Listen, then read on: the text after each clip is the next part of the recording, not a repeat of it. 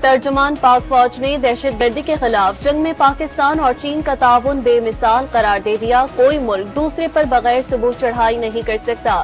کسی بڑے ملک کی دوسرے پر اجارہ داری قبول نہیں۔ ترجمان پاک فوج نے قوم کے عزم کو سب سے بڑی طاقت قرار دے دیا۔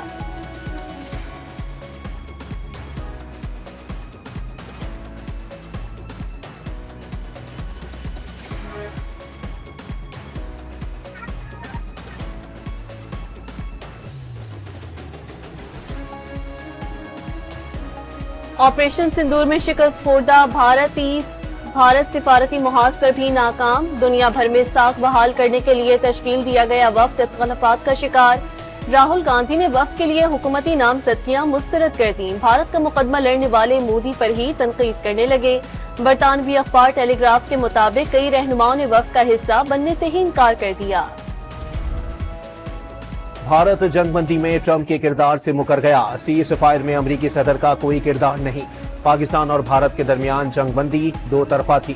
ٹرمپ نے بیچ میں آنے کی بھارت سے اجازت نہیں لی۔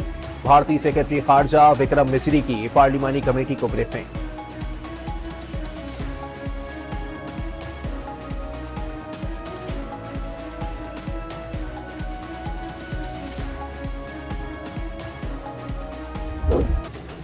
بھارتی صحافی بھی پاک فوج کی تعریفیں کرنے پر مجبور۔ مودی سرکار کی نیندیں اڑ گئیں۔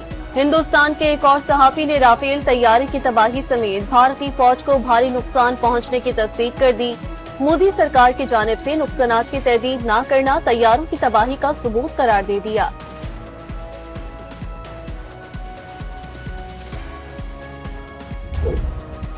مودی سرکار حقائق سامنے آنے سے خوفزدہ، سوال پوچھنے پر آوازوں کو کچلنے پر اتر آئے۔ گجرات سماچار نیوز چینل کا ایکس اکاؤنٹ بلاک کر دیا۔ نیوز چینل کے ڈائریکٹر کو بھی گرفتار کر لیا۔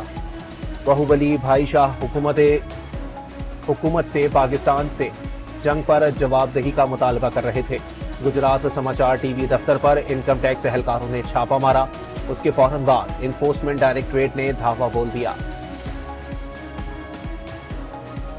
جنگ میں شکست خوردہ بھارت کے سکھوں کو پاکستان کے خلاف اشتعال دلانے کی کوشش ناکام۔ پاکستان نے امرتسر میں سکھوں کے مقدس مقام گولڈن ٹیمپل کو نشانہ بنانے کی کوشش کا بھارتی الزام مسترد کر دیا۔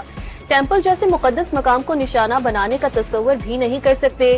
ترجمان دفتر خارجہ نے بھارتی الزامات کو بے بنیاد اور ناقابل قبول قرار دے دیا۔